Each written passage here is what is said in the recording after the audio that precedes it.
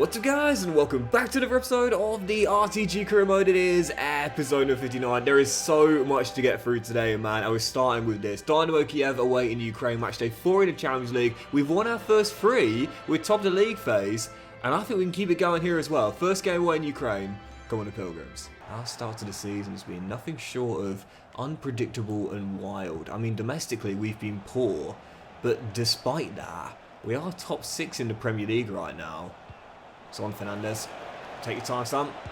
Yes, there we go. And in the Carabao quarter-final, so as bad as it's been, it's not been disastrous. And in Europe, 3 from 3 and possibly going to be 4 from 4. It's just bizarre. Kind of reminds me of Chelsea a couple of years ago. Zabala makes a brilliant save where you literally had no idea what team you were going to see. It was like they could go and take out one of the big boys and win 2-0, and then they could, like, you know, lose at home to a Burnley or something. Like you had no idea what Chelsea you were going to watch that afternoon. And that's exactly how I'm feeling with this Plymouth team as well. It is just Kante's going to be on because he's onside in his own half. So onside, 1-on-1. Oh no! What's going on? And if there's a goal that sums up this start to the season, it is that right there. Even when the ball's on the goal line, you still don't know if it's going in. Kante rounds the keeper, dribbles it onto the post, then deflects it into himself and chips it in from a centimetre. The goal that sums up the season. To be fair, maybe we're unpredictable domestically right now, but in Europe, you'd be a brave person to bet against us. 4 straight wins to kick the league phase off and making a statement early doors. We might be the newcomers, but we're also one of the favourites. And that's why, despite 3 wins in a row in all competitions, now returning home to the Premier League, you don't really know what Plymouth team you're going to see here. Leicester, in the bottom 3, should be a banker. With the way we started the season off in the Premier League, you just never know. Foxes in Devon, come on the Pilgrims. Jarrell to Wood.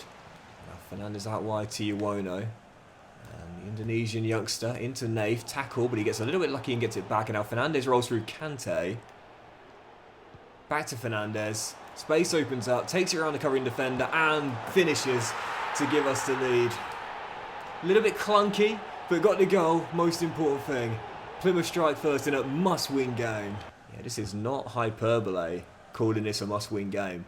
All season long, we've only won back-to-back in the league once on match days 1 and 2. Big win against Forest at the City Ground, but we need to follow it on here as well. Fernandez, Wood, dinks it perfectly. Kante controls it, and there is the second, and that should do it. Half an hour to go, 5 wins in a row in all competitions incoming. And finally, Plymouth are going on a nice little winning run. It's amongst my favourite mantras in life, which I often repeat to myself. Consistency is king. If you want to do something special, you can't just do it once or twice here and there. You got to do it day in, day out. And in this case, game in, game out. 5 wins in a row in all competitions. Plymouth finally finding some form. Yeah, at the moment, it's what I'm telling myself in the mirror every night after I got out from the gym, had a shower, brushed my teeth, getting ready for bed. Just keep stacking those days, Doxy boy. Just keep stacking those days. But some are going to be more difficult than others, as we all know, and this is one of those occasions. Next up, Liverpool away at Anfield, and we'll do well to keep the winning run going here. Slot side away, come on the Pilgrims. Yeah, that's the thing, can you do it in these games? You know, can you do it on these days? Because we're all going to have days where things are going really well, it's flowing from the first minute to the last, and it's going to be games where, you know, things are pretty simple for you. But can you do it in these games? That's the real question. Curtis Jones with the opener, Liverpool in front early. These are the tricky ones. These are the ones you've got to get through. And as Mumba has just gone down as well after a heavy tackle. That looks like our first serious injury of the season. Hackney is coming back to the first team, but unfortunately we're going to lose what was supposed to be our first 90 rated player to save for possibly, I would say, looking at that injury, based on the stretcher coming on, probably 7 months' time. I think that's an ACL. Yeah, here we go. Here's your test. Here's your big test, son. Can you do it now? You know? Yeah, beating Leicester at home. Well done, mate. But now can you beat Liverpool away with an early injury? Oh, come on, ref. It's got to be at least a booking. And one of your highest rated players forced off a red card for possibly 7 months as well. I guess we'll see. Not sure that's a red there. It looked like a booking to me, but chaotic start at Anfield and a chance to get us back on level terms. Fernandez has 2 from free kicks in the save so far. Will this be 3? Over the wall, saved by Costa. A bit of bad luck, bit of good luck. I don't think that was a red, personally. I don't think so. I mean, granted, he was going to go through one-on-one Kante, but I think with the...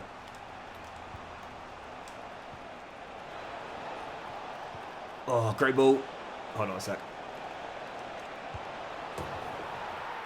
Yes! Sorry, sometimes I just need to concentrate, especially when I'm trailing. King to Prince, Plymouth level it. 24 to go. Yeah, Liverpool really just trying to dig in now and try and hold on to that point. Calvin Ramsey crossing. Hincapie does enough. And, oh, no, they're not. Openda, 2-1. How did that ball go all the way through to Openda? This is embarrassing. You can't have a man advantage for most of the game and not take advantage of it. With the team we've got, with the pace we've got, with the forwards we've got. Speak of the devil. We ain't going to miss that, is he? Oh, Costa, what a save. I don't know why he went with the right foot and not the left, but Costa would have saved. Bar wins it back and says, King, don't worry, son. Because Nath will bail you out. Yes! Escape at Anfield. Plymouth make hard work of it, but should leave the point. Tell you what, I can see a late twist in the tail here, though. Fair play to Liverpool. 10 men, but they're going for a winner against the champions. They've got it. When a team goes down to 10 against one of the best, they often say we'll take a point. Arnie Slot said, sod that, I want all three. But these are the tests, man. Last season we were getting through them. This year, embarrassing. It took us 30 games before we lost in the Premier League last season. We've already had 4 in our opening 10. Champions? Back to back? Yeah, right. This is not going to cut it. And as for the injury for Mumba, well, I'm as perplexed as the next man, because somehow it was a broken elbow. Yet when you saw the animation, he was clutching his leg in pain. I don't know how on earth that works, but it's a 2-month one, so not too bad, and it'll come back around late January time. Anyway, following game, return to matters in Europe. Domestically, our form is shambolic, but in Europe, we're perfect. 4 wins in our opening 4 league phase games. Now let's go for the perfect 5 from 5, and 15 points for a possible 15. Young boys in Devon, come on the Pilgrims. I think it's far too early doors to start ruling out getting back into a title race this season. I haven't even played a third of the year yet, but put it this way, we're not far off. We're not far off based on our terrible starts of the season. Thrash Norwich on the opening day, and I was like, oh, here we go, making a statement. Going to go try and retain it this year. Since then, it's like we forgot there were 37 more games to play. But in Europe, no such problem. Kante with the opener. Hackney's first game back since the ACL involved in the build-up. But King Kante does get his 8th in the Champions League already.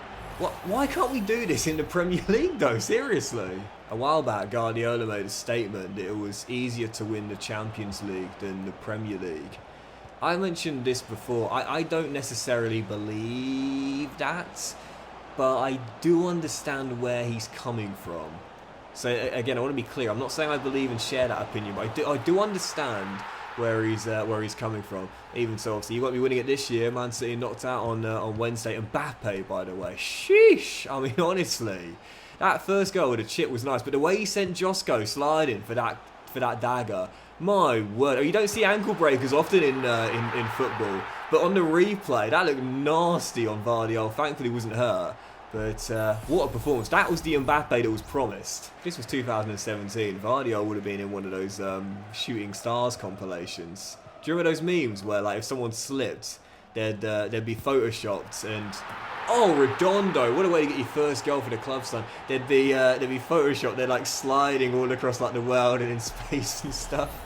Simpler times. But Redondo, what a goal, 3-1 Plymouth, and yeah, that'll do it now. It's going to be 5 on the trot in the Champions League for the Pilgrims this season. Yep, solid performance, good result, and already 5 games in, free to play, but we look as though we are the front runners to qualify as league phase winners. Problem is, we just can't do it domestically. Again, we lost 4 of our last 9 in the Premier League, and right now 9 behind the leaders, who we take on next in Devon. Arsenal coming to Home Park, and again, I don't think it's hyperbole to say, if we lose this game, we'll be 12 behind Arteta's side, and already thinking, we ain't going to retain this title. A must not lose game at home. Come on the Pilgrims. I can never pronounce that word properly. Hyperbole. I used to think it was pronounced hyperbole. It obviously definitely isn't. But it's like anomaly. I really struggle to... I don't know why it is. I struggle to say that word. Anyway, forget that. Just focus on the game, Doxy boy, as Kante is denied. And Arsenal will get it clear. Yeah, it's not hyperbole to say a loss in this game, and already our title is probably looking beyond us to retain it. 5 losses in 13 Premier League games will be the case if we lose here too. That's not title winning form at the start of the season, midway through the season, or at any point in the season. As Jarrell finds Iwono. Kante's on. He's on. And he ain't going to miss twice. He ain't going to miss twice. King with the opener. Plymouth lead in a must-win game. No hyperbole. Speaking of Kante, I think one of the reasons why I've enjoyed this career mode so much is because he's my star player, he's my club captain, and I got him through the academy. And I think that's why I've enjoyed it so much, because this is a lot like my older career mode, you know. So it feels like a bit of a Docks classic, this one, you know. I quite like that. Nice little throwback, if you will. But Saka with the leveller. Arsenal do equalise, and as things stand, dropping points again in the Premier League.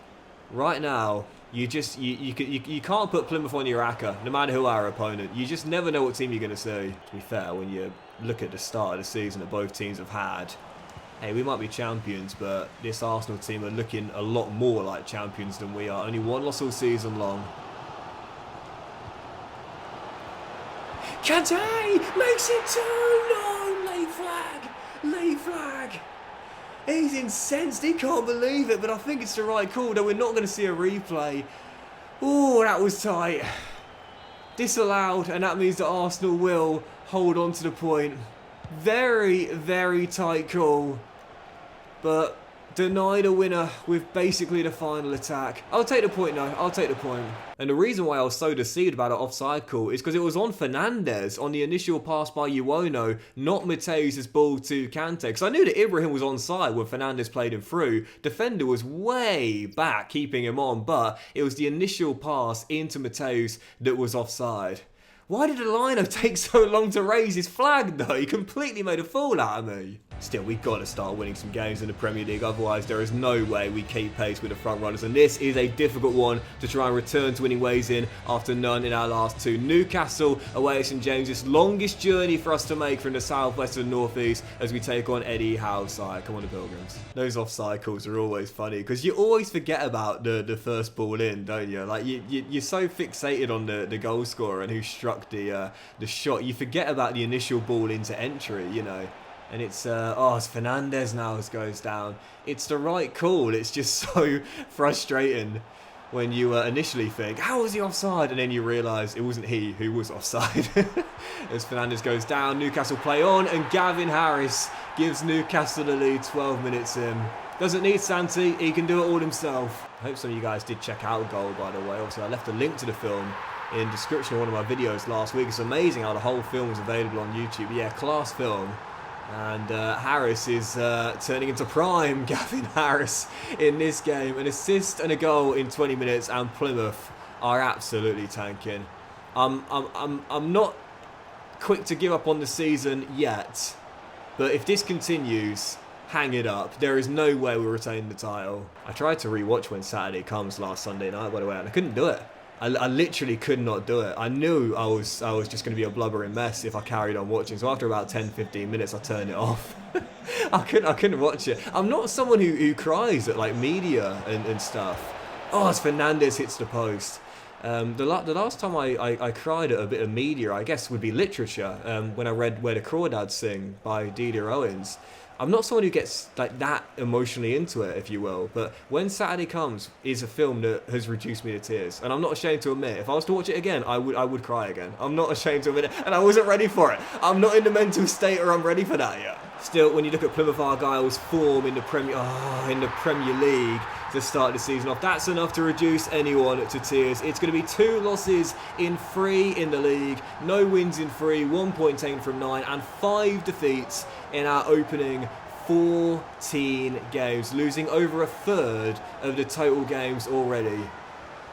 Yeah, I'm not saying it's over early doors like this, but it's close to it. This is embarrassing. Right, let's try and squeeze in 2 more. So, Doxy boy, if you could stop nattering on, would really appreciate that, mate, and try and get back to form if you can. No wins in our last 3 games, now Fulham in town. If we don't win this one, then for sure, there is no way we retain that Premier League title. Massive game at Home Park. Come on, the Pilgrims. Love seeing Victor Osimhen lining up for Fulham in his final years. Is it just me that could see that? Is it just me that could see that? I don't know. I could see that, but there's some bizarre career mode transfers. And there have been quite a few in this save as well, with Trent at Manchester United and Garnacho at Liverpool. But, oh, what a save on Nathan Wood. Sometimes I see one and I'm like, as bizarre as that sounds at this stage in the career, in a weird way I could possibly see it. Even so, great save, still 0-0. Can't lose. We lose this, and yeah, I will say it. Season in the Premier League is definitely over, even so early on. I'm going to use that word again. Hyperbole. Oh, can't lose it. Can't lose it. I think sometimes people forget about the location of a team that can be so helpful when trying to, you know... Oh, that is so well done from Kante. Convince a player to sign there as Iwono scores. What a wonderful goal that was. And Plymouth have the lead 25 minutes in. So yeah, with Fulham being a London club, that can help attract star players of that quality. But what a goal. That hold up from Kante, that turn from Iwono, that finish, that was glorious. Bar through the gap, Whittaker, Kante, this should be the second, takes his time. Clean finish from the King, doing it all this afternoon, and this is what you got to do when you're the leader, man. Steady the ship, assist, goal, Plymouth back to winning ways. Right, let's do it then. Our final game will end on this, going for back-to-back wins, but also our 6th straight in the Champions League, showing whilst domestically we might be inconsistent, in Europe we're nothing other than consistently brilliant. Napoli at home park, come on the Pilgrims. Knight with Kante sent through, always going to beat Benjamin Pavard, and that's a foul. That's a foul. Toying with the Frenchman. Shove from behind. Clear foul. Oh, no, not Kante. Kante wants to take it. Not Kante. No, he doesn't score penalties, man. He doesn't score penalties. Let's give it... who do I trust from here? I haven't got much time here. Just give it someone. Jason Knight. Jason Knight. Jason Knight. Jason Knight. Open the scoring, please. For in the spot. Yeah, no problem. Even to keep it going the right way. Kante, as we know, does not score pens. Give it someone else. That, to me, is true leadership and maturity, by the way, that. I love it when a player does something like that. It's like, yeah, I'm not very good at this. Yeah, I'm not very good at this. I'd love to get another goal, extend my scoring run as I'm going for that Champions League golden boot, but I'm not good at this. This is a flaw of mine, not a strength. So let me give it to someone who I know has a better chance of putting the ball in the back of the net. I'll get another chance, and when I do, I'm sure I'll take it. Right on cue, Ibrahim makes it 2. I don't think many people are believing we could retain that Premier League, but as for win the Champions League, everyone's taking notice of this. I think Stein going for 6 wins in a row. But Alexander Isak has given Napoli a chance. Back in it, 2-1. Oh, it's another injury as well. Another injury. Was that Hackney, who's literally just come back from the ACL? It's just gone down. So we've got Fernandez down, Mumba down, and now, it's so unlucky. And now Hackney probably down as well. Isak at the double, 2-2. Thrown away a 2-goal lead, but another injury as well. Now, we are really not getting the luck there. Just like the Liverpool game, we do see there being a 5th goal, and there it is. Wow, what a throwaway. 2-0 up to 3-2. Our unbeaten European start is going to go, as is our 100% start. But maybe not. I mean, this game is literally being played at 1,000,000 miles an hour and cleared, but still half an hour to find a leveler here. This has been a thriller of a game. Great one to end on. Just too tired. Far too tired. And I can't keep asking the King to bail me out because he's exhausted, but he's done it again. Our 100% record in Europe is going to go, but at least we'll stay undefeated. And that'll do it for today's episode of the RTG crew as well, guys. So big thank you for watching. Hope you have enjoyed it. If you have, then please do drop a like. Much love to you all. Have a fantastic day. I will return in the next one with the Carabao quarter final against Chelsea. More games in the league where if we don't get on a winning run, there is no way we keep pace with the front runners. And the January transfer window opening as well, where on this run of form and more injuries too, transfers, I'm not against it. Have a great day. Much love, and I'll see you for the next episode very soon.